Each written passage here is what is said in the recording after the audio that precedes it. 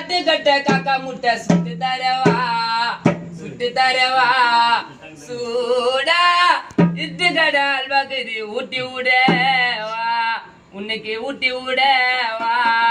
உன்னை விட மாட்டேன் சும்மா விட மாட்டேன் உன்னை கட்டிக்கிற வரைக்கும் தொடமா